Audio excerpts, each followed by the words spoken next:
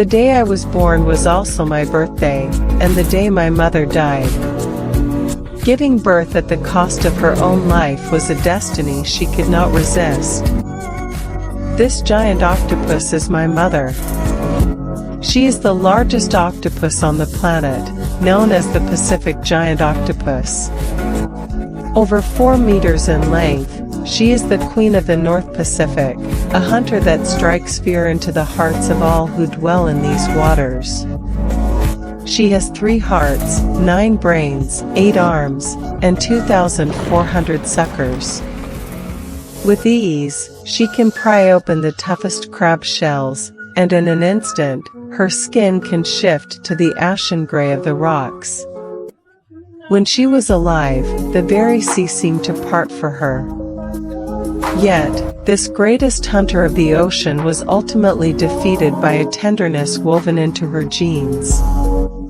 Pacific giant octopuses are semmelporous, breeding only once in a lifetime. After guarding her eggs until they hatch, she will die. To prepare for this arduous battle, she hunts crabs voraciously before laying her eggs. Every ounce of fat was a life stake she stored for us. Every crab shell was dismantled, becoming a potential building block for our future. She found a crevice in the rocks, where the currents were gentle and predators unlikely to enter, a perfect den, an altar. She wiped every inch of the stone with her suckers, then hung 100,000 eggs upon the ceiling of her tomb, igniting a galaxy of genes. And then began the 6-month vigil. 6 months of stillness, yet a battle more intense than any hunt. Constantly, she waved her arms, cleaning us, stirring the water, pushing oxygen towards our egg sacs, allowing us to breathe. After laying her eggs, her beak closed forever, she could no longer eat. And so, she began to hunt herself. In the long days of guarding, she tore at her own muscles, chewed them, and fed them to us. Time accumulated around the ovaries, the future sprouted in silence. The egg capsules began to yellow, a sign of the young maturing within. Her body grew gaunt, her skin lost its color, her eyes grew dim. But still, she expelled water, pushing oxygen towards us, letting us breathe. She held death close, and life on the tips of her arms, gently stroking the egg sacs, trying to trace the path of our future.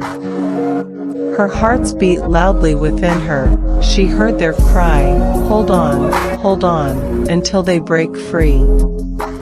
Finally, our translucent bodies emerged from the eggs, struggling free.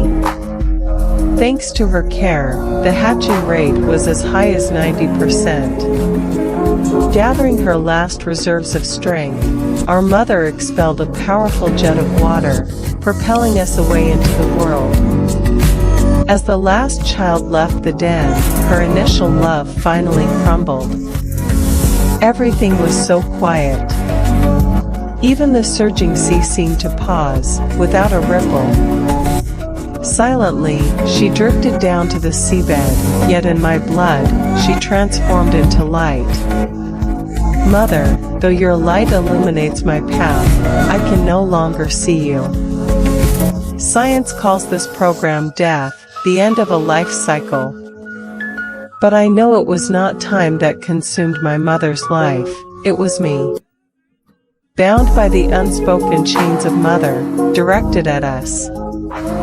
A sacrifice so immense, yet she never even heard the word mother itself. Soon, the hungry ocean discovered her pale body. It dragged her from the den, dismantling her bit by bit into 100,000 possibilities, scattering them in the currents. Though perhaps fewer than 10 of the hatchlings would survive to adulthood, everyone that did knew that their first food was their mother. Mother, time has a strange way of repeating itself. Now, I have grown to be like you. I have learned to survive, to evolve, to fight off predators in this ocean. But no matter how strong I become, no one can lift me high like you did, and cherish me as their very life. Now, I too am about to become a mother. Death approaches step by step, bringing loneliness and fear in its wake. Mother, when the storm rages in the sky, the bird hides in its nest. When the storm rages in my heart, how I long to hide in your embrace. But this hope, so close yet so far, even if I could voice it, where would I even begin? I long to find you. Let me, at the end of my life, gently embrace my own body. This body you once tenderly touched, this is the mark of our shared love.